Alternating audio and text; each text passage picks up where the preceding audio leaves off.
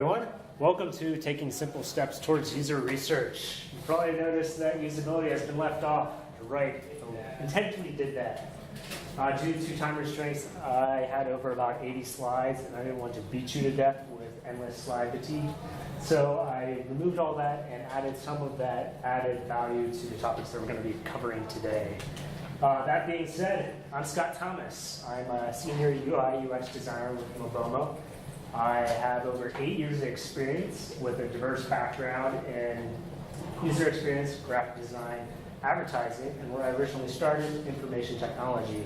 I had the honor to work with various government and commercial clients. Some of them are actually here today, and names that you may have heard of, from Gallup to NOAA Fisheries, NCUA, and NASA SMD. And the amazing company that I work for, Mobomo, who brought me here today. We are an amazing company that creates innovative apps and websites that win awards and users love. We work with our clients throughout the entire process from beginning to end and create amazing things. 3 good examples of that is number 1, NASA.gov. We're responsible for the design and maintenance, making sure that 1.5 million users that came all at once last year do use clicks, making sure that site doesn't go down. Number 2, USO. We help them optimize their check-in process for their veterans. Before they were very paper-based, and it took hours to kind of like convert them into digital. So we helped them build an app, making it easier for veterans and for them to do the logistics of trying to figure out who's checking in where and everything. And last and most current is USGS. We worked with them helping users report earthquakes using their Amazon Echo. Just a couple of verbiage things, and ta-da, they're done. It's very innovative and really cool. And some of those we have won multiple awards. We won Webbies. Most recently was the Muse Award for NOAA Fisheries. I'm going to bring that up because I was involved with that project. Today's the topics that we're going to cover are 3 areas. Is the how to define your users, and throughout those, we're going to key takeaways we're going to get out of that is what is the persona, why care about it, what are the benefits, and how to get started. Second up, understanding user data. So throughout these takeaways, we're going to learn about what quantitative data is, why care about it, how does it actually help you, and common tools to get started. And last but not least, getting started with user feedback. Again, what is qualitative data, why care about it, and learn about common collection methods and getting started on your first user interview. So number 1, first topic, how to define your users. We're able to do this with something called user personas. User personas are basically a single sheet that summarizes the user group's goals and benefits. We use this, and it has variations of all the different types of users that represent your site. They do vary between different industries and products that you're trying to accomplish. You add and subtract different elements. Some of them make up of personas, the name, some brief demographic details, the bio, like a short biography, kind of a little contents of what they're about, behaviors, goals, needs, pain points. This is an example we did recently for NCUA. 2 unique factors that we added into this was their how long they've been associated with NCUA, because it varied between different personas. From leadership did over 20 years have been association versus another one that had like 5 to 6 to like general public that have 0. So you kind of get the gauge of who's used to the way it's always been. They might not be too good at a subject to change. While new users, they might need to be onboarded a little bit easier. Another add-on was key resources. NCUA offers a bunch of tools, and they vary between different user personas. So we highlighted that. So when you look at this, you kind of get a general idea what the public consumer is all about. But make sure this is not a dating profile. Sometimes you see that habit, is that you'll be very trendy with names like, I don't know, Lindsay the librarian. Yes, it's fun, but it doesn't really give any value to that. Some of them, like you might put so much detail in writing a trendy, like a biography is just a distraction. It should be short and to the point. Also, then you might see, I think, MailChimp does like buzzwords all around, like pride and powerful. Yes, they're good for marketing, but they're not really relevant for our what we're trying to accomplish today. So I know what you're thinking about. Why care about this? You heard it before. I'm sure user personas might not be needed for everyone. Sometimes they're traded and dumped off, or why do we need them? We know who our users are. The benefit out of these is it's a reminder of who's using our site outside our office. Moreover, it brings us empathy on the different user groups outside our own. So we know our needs while we not know like the consumer out there that's trying to come to our site to find information. We might not know association staff that their current needs or their current pain points. And also, the process of creating a user persona brings a lot more insight to your team and your project, because it brings everyone up to speed of what our users' wants, needs, and pain points, rather than it kind of helps you kind of like fight off the internal politics. You have like, oh, everyone needs to work on like their pain points are X, Y, Z, not these assumptions that we're making. So it's a good process. It is a little time consuming, but it's worth the benefit. How user personas helped NCUA, it brought, again, everyone together. We started off taking the creation of user personas, 8 people, 8 leadership individuals in a conference room, and we worked on knocking each of these personas out. We're assumption-based, and the benefit of working as a team, not everyone knows every group. So when we work with the individuals, this individual over here might know X and Y, and I know Z. And hearing them talk about that, I'm now more knowledgeable about X and Z, or X and Y. From that assumption base, we use that as a base to validate. And we did that through user interviews, surveys, and we gained a lot of insight out of that confirmed some of our assumptions and validated them, or we learned a lot more than we expected. And you'll learn a little bit more about this throughout this presentation. And we also learned the interesting ins and outs of how they're using their site and their pain points. And we took all that and applied it to wireframes and concepts and designs that actually kind of like solve those pain points that they're coming in. So building a product, they don't have to think about it. They just come in and get their information and get out, which is the majority of government sites. They don't want to spend their day, they just want in and out. Just tell me what I need to know, and goodbye. But I know, I mentioned that this is time consuming. That user persona from start to finish took around 2.5 months, 2 to 3. No one has a lot of time for that. I understand. Majority of the time comes in the validation part of the user interviews to the surveys, trying to validate all our assumptions. Not everyone has the luxury and time for that. But don't worry, there's something called lean personas. Go back to what I first started out with NCUA. We did that as a group activity. They're assumption-based and lean, depending either where they work. Basically, it brings down that user persona down to brass tacks, gets the conversation going, and it's all assumption-based. Oh, yes, you can't see some of my cool graphics. You can break it down into 4 different categories: user type, goals, needs, and pains. At the end of the day, this will tell you what you need to know. It lays the groundwork, like I said, validation, which we'll learn through user data and collecting and gathering user feedback. And you could start in multiple ways. You could use a piece of paper, fold it into different quarters, and ta-da, you're ready to start your rough draft. For NCUA, we put this in a PowerPoint deck of each slide with those needs, and we just crank through them as a team. Other approaches that I've done before is putting post-it notes on a wall to get everyone thinking and writing up their own post-it notes and bringing them up. So it's kind of like a good group activity. It's supposed to be low fidelity, don't think about it. It's kind of like sketching or wireframes. It's like, don't get in the details of giving your user persona a funny name. It's irrelevant. So we're actually going to go through and kind of create one. I'm going to put on my Noah Fisheries hat, and I'm going to walk through, going through the entire process. One group that comes to the Noah Fisheries website is fishermen. It's very plain and simple. Other user types could be the consumer, leadership, management, to association staffing like that. I like to keep it plain and simple. I also write some of the behaviors or differentials in this area too. Noah Fisheries doesn't cover all fishermen. We don't want the average fisherman going out in the lake. We want fishermen that actually fish in the ocean. They're doing it for fun or commercially. And they often could fish around multiple regions. They cruise around, especially in the southeast. There's multiple sub-regions dealing with different regulation as well. Next, we want to define their goals. Keep this as basic as possible. What are the end of the day goals and objectives these users are coming through your site? For fishermen, I just want to know when and what I can fish.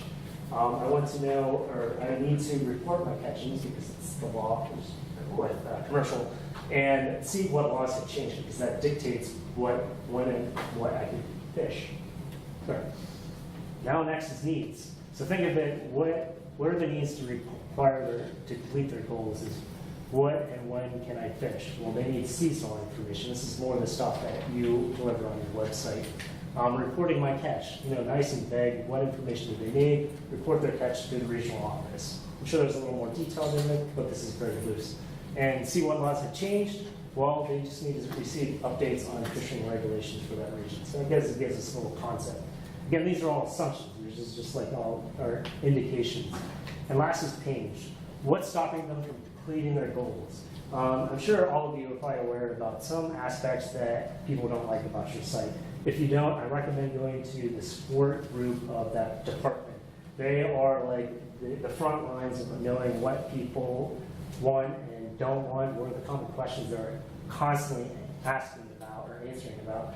And you could give you a little more insight filling these out. For this case, we said that everything isn't located in a central spot, which is true in the past design.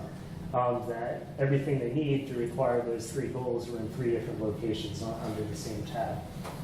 And fishing regulations and regional information was really hard to find. It was buried in multiple different regions, different areas of that site. And I'll show you an example later. So at the end of the day, ta-da, you got a user persona. That took less than 5 minutes.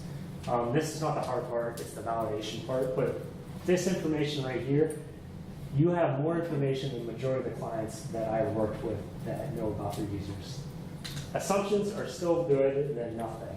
So if you at least have this and hand it up to a design team or something like that, they get more contents than just their own head of just filling them out. And it saves us time from going through this process as well. We could skip to probably refreshing it and going to the validations phase. Leave this in a formal document, get it through, and do this for all the rest of your user personas. Also, you don't have to do this for your entire site.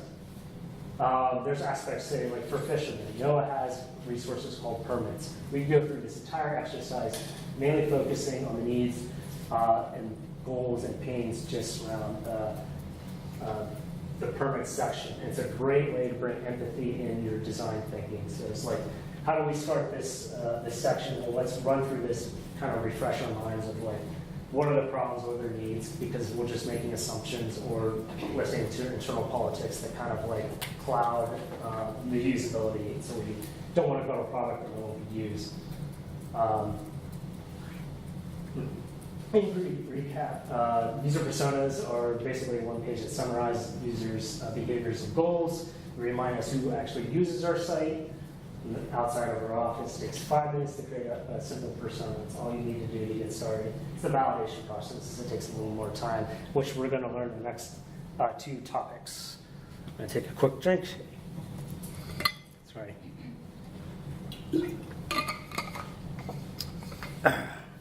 All right. Topic number 2, understanding user data. There's 2 types of user data. There's quantitative and qualitative. We're going to be focusing on quantitative first, so I'm a little dyslexic, so I might switch it. Quantitative data is more number-driven, and it helps us create patterns to understand user behavior and kind of like their satisfaction level. I always like to reference like Moneyball. It's he uses the statistics to kind of pick players that have the best on-base percentage, and that's how it dictates their winning. So that's kind of cool. So it's like, who cares about data? I don't really care. I mean, we always have it, but I don't really know how to interpret it. That's a good, quick way to figure out how your users are using your site. It can find out what's working and what's not. Also highlight certain priorities. A good example with NOAA fisheries. The majority of their content is resources, regulation, but their top pages are whales and sea turtles, mainly because general public just wants to know basic information. So how can we take that information and kind of benefit off of it? We can use those profiles and highlight what No Fisheries does, so it can educate those general public in there of what No Fisheries actually does. So you can take some of those cool benefits and utilize them. Another thing, it's a good weapon to tell content owners that we don't need another PDF on our site. It gives you the ability to track if people are visiting certain or downloading certain PDFs. Outdated content has been sitting on your site for over 10 years. No one's visiting. Can we offload that to another system, or can we archive it? So it's a good little weapon with that. A good example with NCUA's redesign, with our analytics that we came through, we found out that all their top pages that got the majority of the traffic were not accessible on the homepage. If they were, no one was clicking on it. The majority of their users were coming through search and avoiding the navigation, which we went through user interviews and asked, well, why? They said it was too busy, so they just avoided it, and other concerns that I'll get into a little bit later. So we ended up cleaning up the homepage a little bit, bringing those top actions and tasks of those user groups and putting them on the homepage. Instead of just listing them out periodically, we broke them into 3 different user groups based off of the user personas that came in. And we only listed like 4 or 5, and then gave them a link to go to the other resources. So we don't want to overwhelm them with 20 different links. Because if you give them too much, then users can't find it. Like this example, they just avoid it because it's too cluttered. Second example is NASA SMB. We used a visual tracking tool that kind of did a cool heat map for schooling. We found out that no one was schooling down, especially on their homepage. So no one was reading the recent news and stuff like that, which is the top traffic, what they get. So we ended up with also a lot of traffic would go in the bottom navigation, avoided the top altogether. So as a result, we refreshed the design. We brought all the core tasks of what people really care about on their site, which is news. Their science tasks are really big on YouTube, and their Twitter account for one of their representatives, scientists. We also cleaned up the navigation as well to make it a little more less daunting than the previous design. And last is NOAA Fisheries. So we use quantitative surveys, which is just using like 4C. They use a lot of numbers like satisfaction. We learned that 50 out of those surveys, fishermen gave their old navigation 50%, which is terrible because users couldn't find anything. So we moved to a topic-based navigation and did usability testing through that. And we bumped it up 20%, 70%. Still not great, but it is a step forward. So we're going through, again, and iterating that design through user interviews and usability testing to keep improving it. So it shows you like a more of an agile method that we're always improving. Should always improve, never just let it stagnate. And the methods that we use to complete these tasks were web analytics. Kind of gives you the ability to figure out how they're flowing through your site, identifies how they're actually coming in, where they're clicking, where they're not. This is probably not new to you. Google Analytics has been around for, I think, over a decade now, and probably even longer. However, it's a huge rabbit hole to jump into. There's a lot of data, and you don't really always know how to interpret. I really recommend doing the Google Analytics courses. They're free. They're like 5 sessions long, and it gives you a little more insight of how to understand all their information, and as well, create funnels, how to create click events so you can track if someone's downloading that PDF or not. And it gives you a little more insight how to control and view that, of what's the benefit of, what to look for exit rates, bounce rates, what does that mean? Drop-offs can also be good or bad, but web analytics only tell you a little portion of the story, because you can tell people are coming in the page and dropping, but they don't tell you why. Which gets us to our next tool is visual trackers.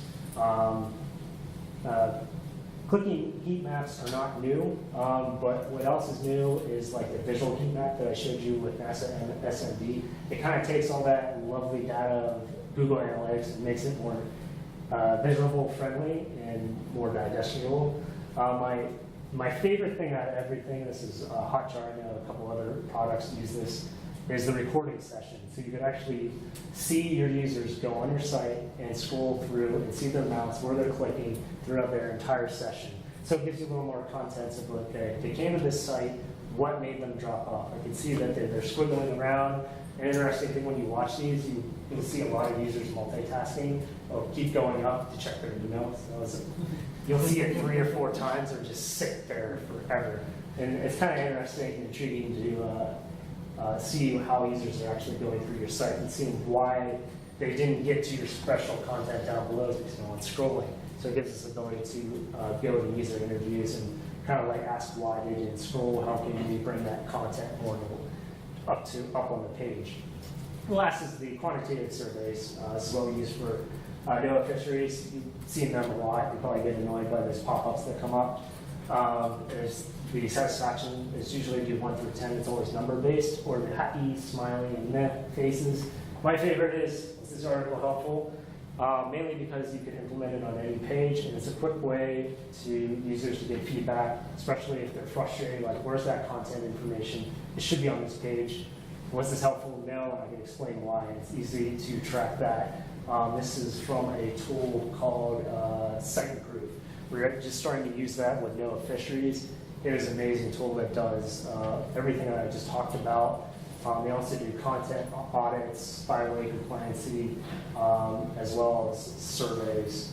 And it's Drupal friendly. All these are Drupal friendly, except Google and SurveyMonkey. That they all have plugins. So that's a great way to, great addition to your kind of like toolbox. And after we go through all this, we want to go back and make sure that all our findings kind of match up to our user personas. If everyone's going to the permits page and the traffic's really heavy, well, one of these personas have to match to that. So we have to go through and make sure that their goals and their needs reflect on the pages on there.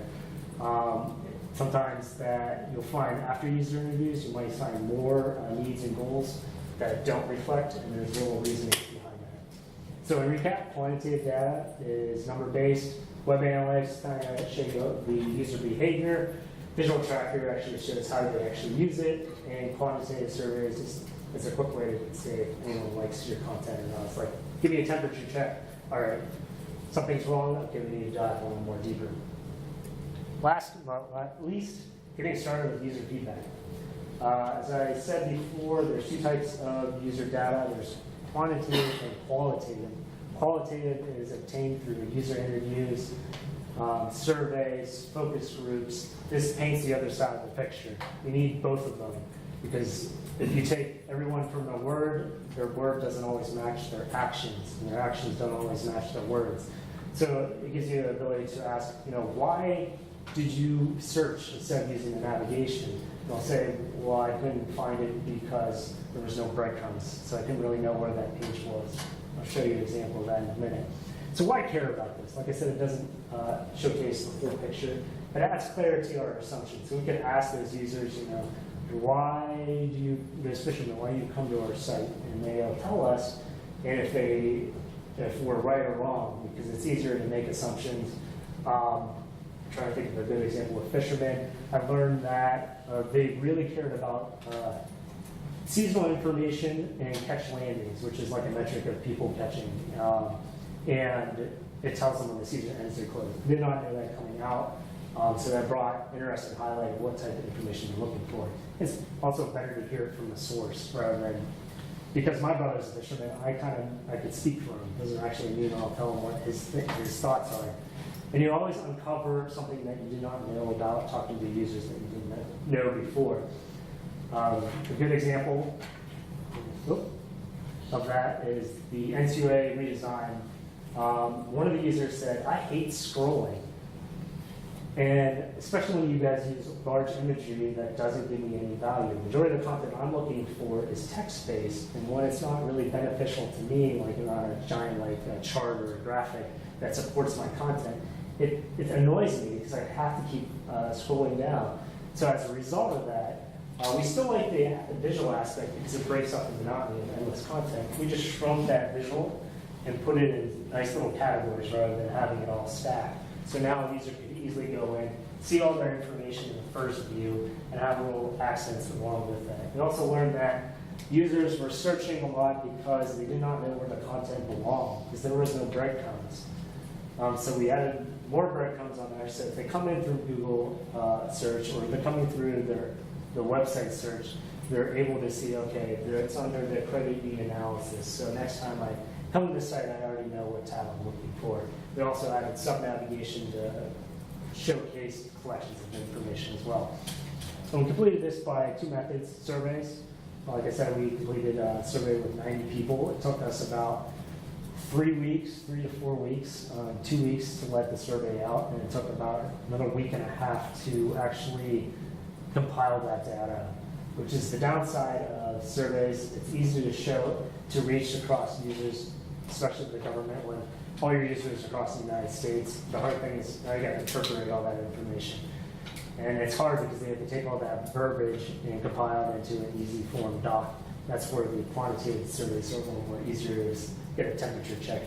Bunch of surveys tools. My favorite is probably Optimal Sort, because it gives you a little code to add on your website. It just pops up in the corner, a little less intrusive, like force you than just once you hit you over the head, to get user feedback as well. And next is, survey tips. When building out surveys, I recommend also running it through your colleagues. They'll tell you that this is very long, spell check and stuff like that. I would create a survey that you would be more willing to fill out. Not everyone wants to have the time to fill out like a 10-page survey. You might feel value, but the average person, it should be like 10 to 15 minutes of their time to fill out. It shouldn't be that daunting. The more daunting it is, the less results you'll get. I've done in the past. You will go through iterations and you get used to what to ask and what not to ask for the length. Because if you want to get a survey done and over with in a week, you have to make it as easy as possible. Also try and mixture between quantitative and qualitative, so you can do pre-select answers as well. I love to always ask the users right out of the bat, what user type, not directly user type, but what do you associate yourself with the most? And I would list like fishermen, scientists, and that, and give them multiple choice that they can select. And that gives me a metric that I could easily pre-filter all your survey information based off of that user persona. So it speeds up analyzing it a lot quicker. And last is by interview. I'm skipping focus groups because I don't like them. For 2 reasons is that you never get any great insight out of them outside of just saying, hey, do you like this color? Yes, no, how does it make you feel? All right.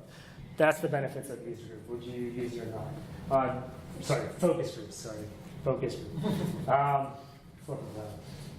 You also will have like 2 people who drive the entire conversation. You will have a sheep effect. If like 2, 3 people agree, then the rest are like, oh, I have to, just because I don't want any confrontation.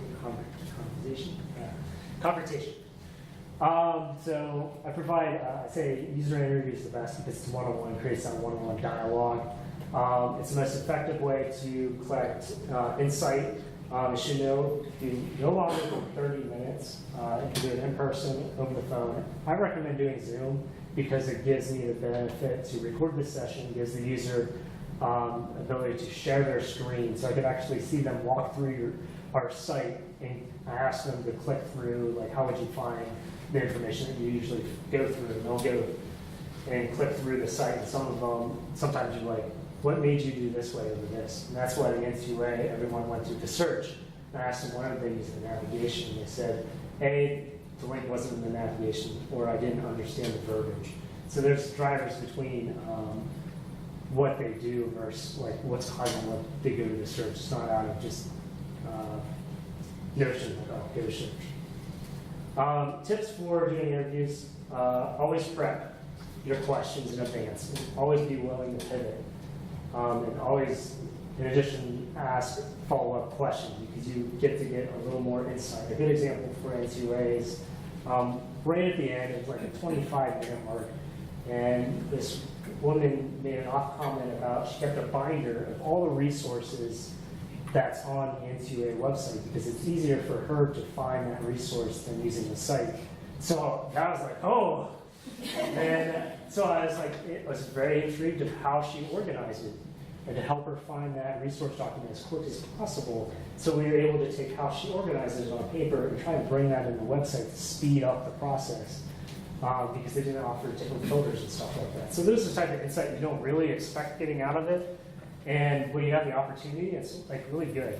Some of them will be short. Some people will have a bad day or really busy, so they'll be like, yes, no, yeah, do this. So move on, just get them off as quick as possible. Then you'll have the ones that will talk. I think the most I've been on for a 45-minute call. And it's sometimes really good insight that they tell you, trying to get in their thinking, what they care about.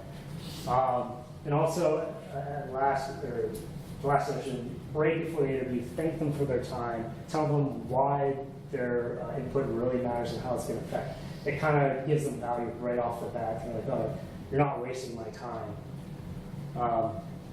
So you want to dive into your first user interview. I recommend starting the dialogue to kind of like the gatekeeper of your agency, the people that give you approval for the PRI and the PI. I'll screw up my acronyms. To figure out what's required. You're like, send them an email, I'm thinking about, talking to a bunch of users. Is there anything I need to, fill out or anything? Sometimes if it's under 10 people, they could care less. Internal people are usually free game. But if you start this dialogue right in the beginning, they'll inform you of, what's the base requirements you need to fill out. And you can do it while you're doing the thinking process that we're going to go through in the next couple slides. Also, it creates an anticipation for that gatekeeper. It's like, okay, I know this is coming. And if you're able to create the dialogue beforehand, the time you're ready to get your user interviews out, your approval process will already be done. The problem is people that wait too long. They fill out their questions and everything. Then they ask, what do we need required? And you're like, oh, I need to get this. And it takes longer because they're not expecting it. And if you have all your dots to all your I's and cross all your T's, usually it takes under a week, in my experience. If you don't, it takes up to 2 to 3 weeks because you're playing back and forth trying to figure out what the requirements are and what you need. And like I said, internal people are usually free game. They don't really care about bothering you, they care about bothering other people. So start that dialogue. Next, you want to define your goals and objectives. Be as blunt as possible. You're just brainstorming at this point. Who you're targeting, what assumptions that you need to know to confirm, what information at the end of this interview you need to find out. Just like, why are they coming to the site? It's very blunt, you would never ask them that. And it'll help you kind of like determine how to phrase those questions. For example here, it's like, okay, we want to define what their goals are. We want fishermen, we want to ask more about do they go fishing for fun or for recreational, what are their current pain points and stuff like that. And be as like best blunt as possible, because next is then you're kind of making it a little bit lighter. And it's crafting the questions out of it. There's two different types. There's command-based and there's story-based. So it would be like, for example, describe a time when you came to our site and you could not find the information that you're looking for. What did you do? So that's a good example out of that. Show me what you would do next after you find your fishing information. What do you do with that? What are your next steps that can help me understand that? So this will help you kind of phrase out those questions. You never want to ask yes or no, like to get yes or no answers. You want them to elaborate a little bit more. The more they elaborate, the more detail they'll get. They'll be very brief in the beginning, then they keep wandering on, and you get a little more insight out of their thinking. Questions to avoid, just bluntly asking, hey, what's missing? Should this be yellow? Should this be green? If this idea would be working. It kind of leaves them on, they'll agree non-willingly. You'd rather have them tell you more about why it's not working, what's not, in a nicer way rather than just asking them.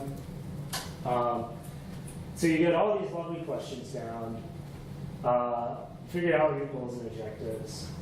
Now it's starting to interview people, and trying to get those people is a lot of time consuming, especially the vetting process and the scheduling part.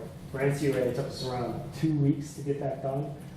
So I recommend starting out with your local connections.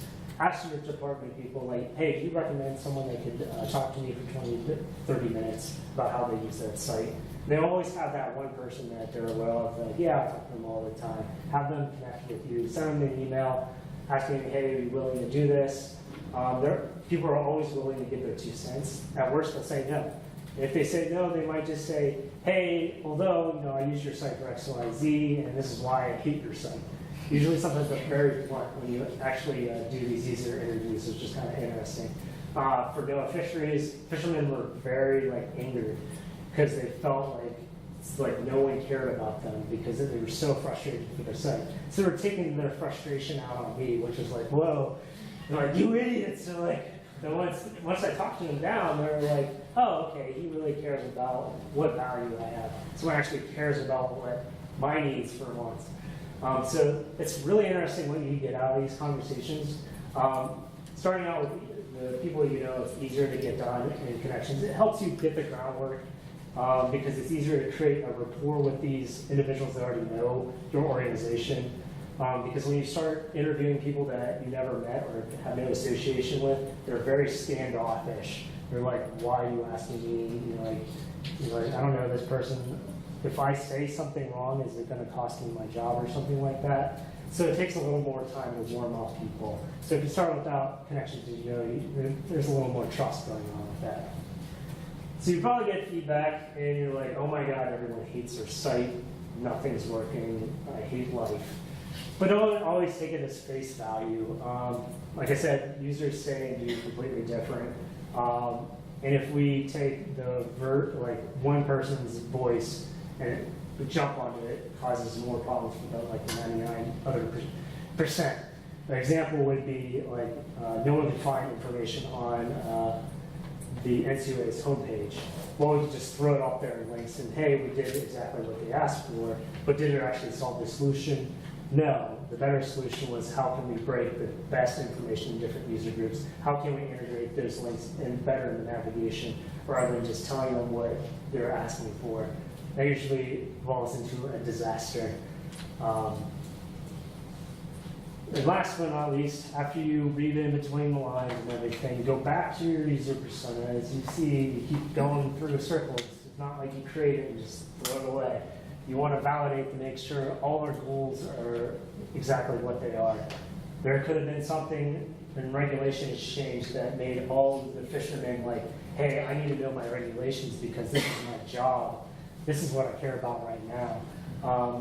Define their needs and make sure your pain points and whatever interesting things. Like for NCUA, we learned about filtering and the overall search of their site was really bad, and they kept using Google over their search engine. So that's kind of the interesting things that we learned. Yeah. In recap, quantitative data is, think of conversation. Surveys are a good way to get massive feedback. User interviews are the most effective, but the most time-consuming. And you could start, sorry about my verbiage. You could start with your local collections first. In closing, hopefully you learned something today from creating user personas in 5 minutes. I mean, it's really simple. And you can always do it to refresh it. If you already have personas, go back and validate them. You can run through the exercise yourself. Learn some cool tools that you could collect user data. I mean, Hotjar is a really cool tool to collect visual recordings and heat maps for scrolling, because I get that a lot. Like, are users scrolling down for this? Now you have a metric that tells you yes or no. To surveys from, was this feedback helpful or not? I really love that tool. To how to conduct and set up your user interviews. So hopefully you're able to take away 1 or 2 aspects today. And in closing, here's some interesting reads about it. I love UX research. It's a really thin book. You could easily get through. It gives you quick tips about how to do user interviews and do those types of research. Just enough research is all right. It isn't the greatest. Lean UX told me about that lean persona that we just talked about. They have another cool different exercises. They're more product-based, but it gives you some of the principles. Articles to read my biggest problem is asking leading questions, especially with surveys. I go through like lots of iterations on that. So here's a couple articles that could tell you like how to better phrase and conduct user interviews. And another aspect is how to run empathy and user journey mapping. So that's kind of like doing that persona mapping exercise right before you're starting your project. So you're like, okay, we're going to be focusing on so-and-so resource. Okay, let's do this quick exercise to figure out what our current user needs are throughout it, so we can put it on a board and make sure that we're reaching and meeting all those user goals and needs. So thank you. Does anyone have any questions? Just a quick question. What is PRA stand for? Paper Reduction Act. Oh, right. I forget what I forget what office, at least for NOAA, they call it a PRA. It's like there's no paper, which boggles my mind. It's all visually. I think you had a question? Yeah, the user personas, I noticed you talked about using cards and paper and stuff. Are those intentionally low tech, or do you guys have some sort of digital tools that you leverage for that step? For lean or for like very brass tacks, yes, I would use a piece of paper. Mainly when we do workshops like that, we do PowerPoint decks of like having, okay, give us a user type, and we would, like someone in the audience would say, consumers, okay, what are their needs? And you could put that down in a single PowerPoint slide, or you could do multiple depending on how much they have to talk about it. And it's easy to go through. I use Google Docs so everyone can type in at once, or I could type while my colleague talks and runs the little workshop that we're doing. Post notes kind of help if you're in a smaller location and if you want more interactivity. I just suck at writing. It's kitchen scratch. But if I'm in my office at home, I use post notes all the time. I also hang my user personas right above my computer as a silly reminder, especially when I have to fight internal politics of, they want to have this information. I'm like, they don't care about the information. So we have to make their needs first, and we can focus on yours. Anyone else answer your question? Will you be able to share these slides? Yes. We're going to post them on the website hopefully within the week. So Okay. they'll be on Mobomo.com. Cool. I'm pretty convinced that doing an interview and doing it in person or over a video chat is the best way to go. However, we're using lookback.io, which lets you send, you can have a script or whatever, and the users install a plugin extension for Chrome that records their microphone on their screen, and so then you can review the recordings later. So if you're dealing with time zones or international users and it's hard to schedule, I have to say I sent out the test last week and haven't gotten any responses yet, but we have used it in the past and on a few. So it remains for me to be seen how effective it is, but it is another tool. And then the other thing about Hangouts is they have a new thing called Meet, which also works on Firefox. Hangouts are so finicky, I find. So I think Zoom is probably a better alternative, but just a little quick note about it. You base it off your audience. I mean, fishermen, we learned that not all of them are tech savvy, so asking them to plug in and install Zoom sometimes could be a barrier, so you have to always email them in advance and always have a plan B to be ready. I know we always run into that barrier. So we pivot to Google Hangouts. I mean, at worst, I used Facebook chat to actually communicate with fishermen because they were coming back from the docks. They were giving us the lowest response time, and they were always willing to chat with us, which was kind of funny and odd. Just that route we ended up going. It's good. Yeah. I think someone else had a question. Yes. Just curious, what your response rate is like for tools like 4C. For NOAA Fisheries, we ran 4C on our new site, and how many websites has it been on? Since November. October. I think we just hit the 300 mark. So those, it takes a lot of time, mainly because of the amount of questions, and it's not really quick and easy. I'm surprised people actually do it, to be honest, because I never do it. It's just like, I found out like they were really big in like Canada, like a bunch of students did it, so I looked up the Google Analytics, seeing where it was coming from. I was like, who does this? Usually they do it, it's like Yelp. Treat it as Yelp. People love it or they hate it, so they're gonna come and praise you, or they're gonna just like rip you a new one. Because no one just says, I'm having an all right time, or like, this is sort of annoying. I'm not really going out there and filling all that information. That's why I like the users like feedback, like Hotjar does like a little feedback button here, so it gives them a quick ability to rant really quickly. To answer your question? Yes. Yes. I was just confused. Are you with NOAA or are you a contractor? I work for, I'm a graphic designer for Mobomo. Okay. So when you showed some of the other agency changes, it's because you've had other projects. Correct. It's really interesting is, so I work in EPA, and I swear our site looks like the ones on the left, and we used to be like the ones on the right, which is kind of interesting. I mean, it's cool because I think you're saying that data would probably help, you know, and talking to users would probably help get back to maybe the right. Yeah. This one?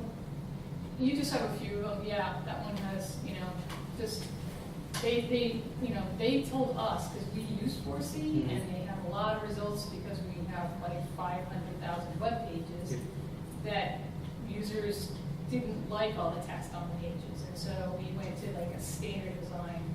You know, everybody went to that, and it seems to me that it's everybody's in the search box. Yep. You know, so, and we got like, we call them channels, but those blocks on the top that aren't really related to the site you're on, and they told us to get rid of breadcrumbs, which is interesting that your recording says you like it. We got rid of breadcrumbs at NOAA Fisheries, and we got big complaints about it, that we're going to put it back in. Mainly because we did it because all our content is intermixed between multiple different topics. So it's really hard and technically unfeasible to try to create this breadcrumbs. So we ended up removing it. But then again, they get the problem. No one knows where they're at in the site. So we're actually incorporating that back in. If we give our designers the ability to redesign the site, of course it's going to be all visually friendly. It's probably going to be large images and stuff like that. When you're actually talking to users, you're getting that insight, it's like, oh, really cares? Give me where I'm going. So that's the benefit of actually listening to them, because rather than just making assumptions, we're just like, oh, let's throw some pretty pictures. Which, you know, as a designer, that's what I want to do because I love visuals. But when you work in data all day, that's all you really care about. With some pops and, you know, some color and stuff like that. Yeah, we used, the problem with this is that no one knew, general public did not know what NCUA did. They assumed they were a credit union. So that made us put like their mission statement up there, kind of description of like what they do, so people hit them and like, oh, okay, oh, they're a government website. They did not know that. They really wanted to pound that in on the redesign as well. So that was an interesting feedback that we got as well. Questions? Yes. For your quantitative questioning, about how many people did you use with the fishermen sample?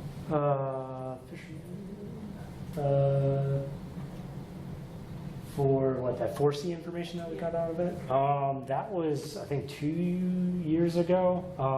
Well, of that 300, I think about 30 or 40 in the most recent one gave that feedback on the redesign. So that was the 70%. The 51, not on top of my head. I know they have like over a year's worth of collection, and it's probably over a couple hundred.